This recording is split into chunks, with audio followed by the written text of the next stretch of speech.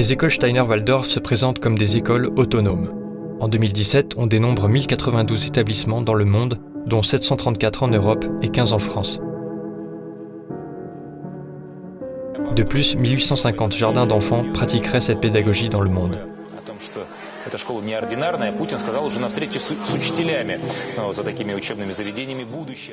Ce qui est dérangeant là, c'est vraiment cette doctrine qui est présente, omniprésente dans un certain nombre de rituels dans ces écoles et qui ne sont pas explicités aux parents et qui sont en lien direct avec les écrits ésotériques de Rudolf Steiner. En septembre 2015, on inaugure une nouvelle école dans la région nîmoise. Son nom, le domaine du possible. Sa fondatrice n'est autre que Françoise Nyssen, membre de la direction des éditions Actes Sud, future ministre de la Culture, jusqu'à sa démission en octobre 2018. Établissement privé, les droits de scolarité s'élevaient sur une base de 4 200 € pour l'année 2016-2017. Mais quelle faille, en fait, à travers cette école expérimentale, vous dénoncez du système éducatif? Alors, merci pour cette question, parce qu'on n'essaye pas de dénoncer, on essaye de faire. Ça, c'est vraiment une philosophie de base chez nous. C'est-à-dire, c'est comme pour l'édition, on ne fait pas de l'édition contre, on ne fait pas une école contre, mais on essaie de faire une école avec ses convictions. En France, être à ce point tétanisé sur des programmes complètement saucissonnés et avec des évaluations pas permanentes justement, avec des évaluations comme le baccalauréat, comme le brevet, on ne sait même pas à quoi ça sert, qui sont complètement stressantes. Enfin, le baccalauréat, c'est quand même juste hallucinant. Ça doit être un des derniers pays au monde où une chose pareille existe. Donc vous êtes contre les examens? Je suis contre l'idée de l'évaluation. Dans le nouveau péril sectaire, Jean-Loup Adenor et Timothée de Roglaudre notent que dès 2008, les éditions Actes Sud organisaient à Arles un colloque en partenariat avec la Fédération des écoles Steiner-Waldorf en présence de l'écrivaine Nancy Houston, défenseuse acharnée des écoles Steiner. Plus loin, ils ajoutent que Françoise Nyssen organise en 2015 3 week-ends de spiritualité laïque pour présenter le projet du domaine des possibles. Parmi les intervenants, on retrouve notamment Nancy Houston et le philosophe Edgar Morin. Ces week-ends furent élaborés par de hautes figures de l'anthroposophie. Henri Dahan, ancien délégué général de la Fédération des écoles Steiner, devint directeur de l'école de Madame Nyssen jusqu'en juillet 2018. Bodo von Plato, membre du comité directeur de la Société anthroposophique universelle et sa famille Zis, et Jean-Michel Florin, co-directeur de la section de l'Université libre de sciences de l'esprit du Goetheanum, la Mecque des anthroposophes. On a coupé tous les liens qu'on pouvait avoir. Déjà en montant en haut de son tracteur, on perd le lien avec la terre, quelqu'un l'a dit hier. L'école est installée dans une ferme mise à disposition par Jean-Paul Capitani, mari de Madame Nyssen. Françoise Nyssen se défend de qualifier son école de Steiner-Waldorf et ignore tout de l'anthroposophie dans une interview du Journal du Dimanche en août 2020. Pourtant, d'autres témoignages semblent la contredire. Dans le nouveau péril sectaire, les auteurs ont recueilli le témoignage d'une ex-enseignante de l'école. C'était complètement Steiner. Quand j'ai été embauché, on m'a donné un livre sur le jardin d'enfants Steiner. Plus de la moitié des instituteurs étaient passés par une formation payante qui était délivrée par Praxed et Henri Dahan. Des propos confirmant les découvertes du journaliste Jean-Baptiste Mallet dans Le Monde diplomatique. À l'intérieur des salles de classe, nous découvrons des ouvrages de pédagogie Steiner, des emplois du temps annonçant des cours de rythmie, le magazine allemand des écoles Steiner, une armoire à pharmacie contenant des médicaments anthroposophiques. En mai 2017, ce détail n'avait pas échappé à Jean-Luc Mélenchon, qui déclarait Françoise Nyssen liée aux sectes. Pourtant, c'est le même Jean-Luc Mélenchon qui se rend à Éour, village notamment lié à l'anthroposophie, lors de sa campagne en février 2022. Pourquoi son équipe de campagne a-t-elle fait ce choix? Par ignorance? Officiellement, l'école du domaine des possibles n'est pas homologuée Steiner-Waldorf. En juillet 2018, Henri Dahan est congédié suite aux inquiétudes des mécènes de l'établissement sur les risques de dérive sectaire. Selon le rectorat d'Aix-Marseille, pas de dérive sectaire au sein de l'école. Citée par les auteurs du nouveau péril sectaire, une lettre du rectorat, transmise au nouveau directeur de l'établissement, souligne un usage insuffisant des outils numériques et un manque de diplôme de certains professeurs d'origine étrangère. Dans un article de Charlie Hebdo de mai 2021, Henri Dahan aurait jeté son dévolu sur Bagnères de Bigorre où une école Steiner-Waldorf, les Boutons d'Or, s'est installée, établissement dans lequel sa femme enseigne l'eurythmie. Depuis, le domaine des possibles s'est doté d'une université. L'université Domaine du possible est un centre de formation et de recherche dédié à l'agroécologie, biologique régénérative. L'établissement a obtenu sa qualification Calliope en février 2022. Au sein de son comité scientifique, on retrouve Jean-Michel Florin. Miviludes, rapport d'activité 2016. Les écoles Steiner-Waldorf sont clairement associées à la philosophie et aux théories de Rudolf Steiner. S'agissant des écoles, la prise de distance avec la philosophie du fondateur n'est pas toujours claire.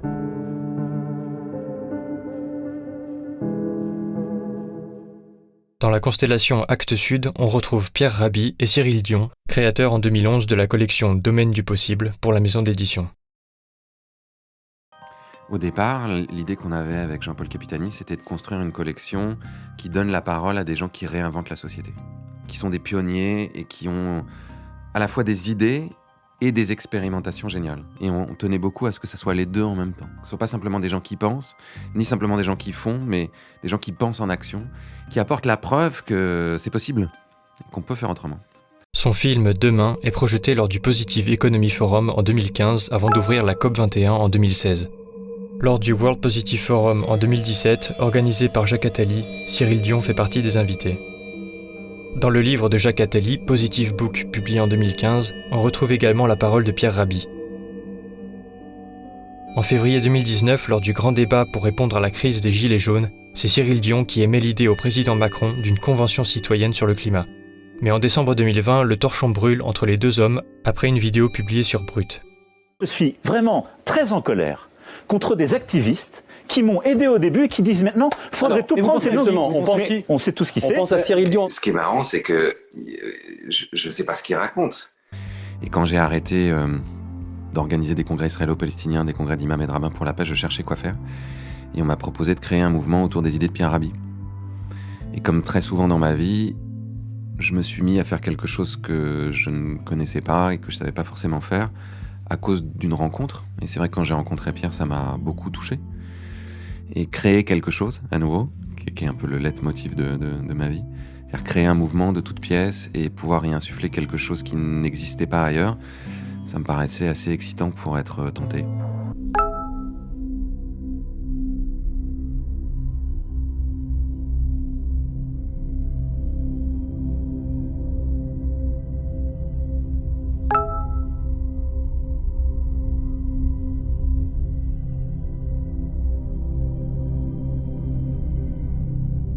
Cyril Dion se défend de connaître l'anthroposophie lorsqu'il répond au dessinateur Jean-Benoît Maybec, auteur de Cosmo Bacchus. Non seulement je ne suis pas anthroposophe, mais je me fous comme de l'an 40 de l'anthroposophie. Mais alors vraiment, les textes que vous partagez de Steiner, dont je ne connais pas le contexte, me font plutôt flipper à première vue. Il ajoute plus loin, je connais plein de gens qui sont allés dans les écoles Steiner, qui font de la biodynamie, qui ont leur argent à la nef, qui copent des granules Velleda ou en vendent, et jamais aucun ne m'a parlé d'anthroposophie. Donc il ne connaîtrait pas l'anthroposophie. Prenons acte de ces réponses. Et pourtant, le 23 novembre 2018, son film Après-demain fit l'objet d'une projection débat à Lyon organisée par la Nef. Mivilude, rapport d'activité 2016. De même, la coopérative financière Nef, Nouvelle Économie Fraternelle, créée en France en 1970 par un enseignant et un agriculteur anthroposophe, est comme la banque GLS en Allemagne, inspirée des théories économiques de Rudolf Steiner. Pour citer Vincent Dufoin des Échos de Picardie, le scénario inspiré de la fable du colibri explique que la solution passerait par une multitude d'actions individuelles censées enrayer la marche vers la catastrophe climatique. À cela s'ajoute le fait avéré que les ménages interviennent très peu dans la consommation d'énergie. À titre d'exemple, environ 10% de l'eau consommée et 3% des déchets rejetés. Le reste incombe aux industriels. Il faut rappeler une chose très importante, c'est le fabliau du colibri qui a fait le succès de Rabhi. Avec le colibri qui répond « je fais ma part ». Mais ce que Rabhi ne dit pas, c'est que selon la légende amérindienne, à la fin, le colibri meurt d'épuisement, sans réussir à éteindre l'incendie. En tissant des liens avec le mouvement des colibris, fondé notamment par Pierre Rabhi en 2007, qui promeut les écoles Steiner-Waldorf et l'agriculture biodynamique, on observe que les orientations spiritualistes et philosophiques de Rudolf Steiner sont très répandues dans le domaine des propositions alternatives d'enseignement et plus encore dans celui de la production biologique. En soulevant le tapis du Goetheanum, une drôle d'odeur s'en dégage. Une odeur nauséabonde qu'on tente de dissimuler à tout prix.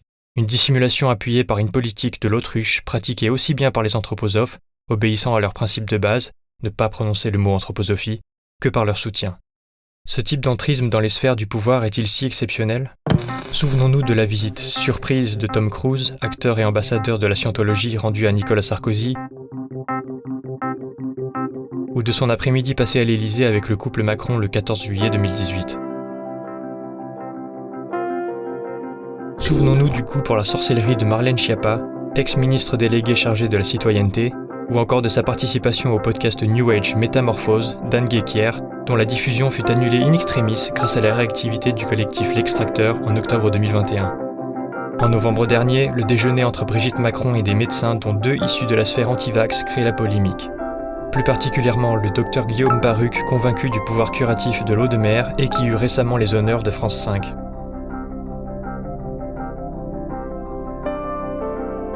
Sans oublier l'AMCA, l'Agence des médecines complémentaires et alternatives, créée en 2020.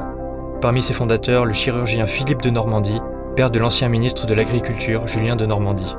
L'AMCA veut se poser comme une agence gouvernementale assurant le développement et le contrôle des dérives des médecines alternatives.